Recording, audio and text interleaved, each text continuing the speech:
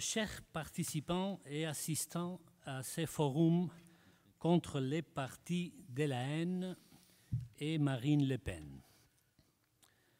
Comme président de l'Association mondiale de psychanalyse, j'ai le plaisir et l'honneur de vous adresser une brève bienvenue à cette conversation dans un moment qui est pour nous tous inédit, puisqu'il s'agit d'un nouveau moment dans l'histoire des incidences du mouvement psychanalytique dans ce qu'on peut appeler la chose politique.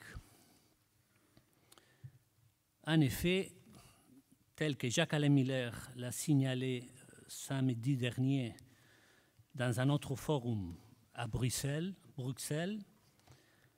après l'époque où Freud a essayé de restaurer, de sauver la figure du père, dont le déclin s'annonçait aussi dans sa fonction politique, nous avons appris après, suivant l'enseignement de Lacan, que ce père n'est qu'une façon, une fiction, entre autres, pour soutenir les systèmes symboliques où toute politique doit prendre son appui.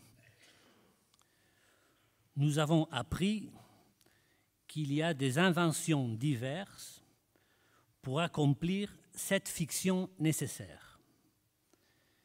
Mais nous avons appris aussi que dans certains moments de l'histoire, il faut une action décidée pour protéger les conditions qui font possible ces fictions et ces inventions.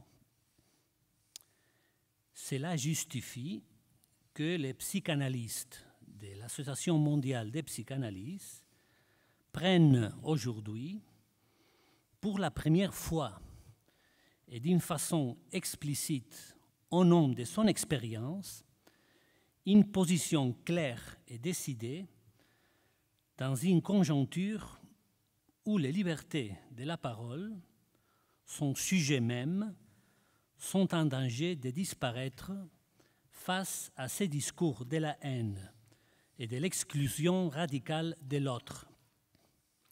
Discours représentés ici en France par Marine Le Pen.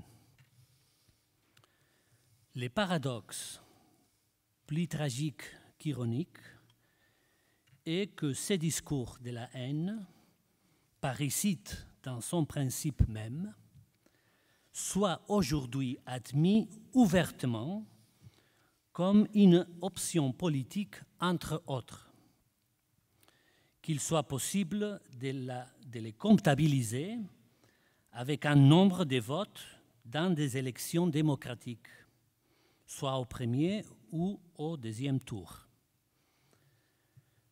Quand une passion collective de ce genre peut prendre la forme d'un discours courant, alors on doit rappeler une remarque de Simone Weil dans un texte dont je dois la connaissance à Jacques-Alain Miller, un texte écrit juste après l'expérience de son auteur, Simone Weil, dans la guerre espagnole, où elle avait participé du côté républicain pour combattre les coups d'État impulsés par le général Franco. Voici ces témoignages de Simone Weil que je vous laisse pour commencer cette conversation. C'est seulement une phrase.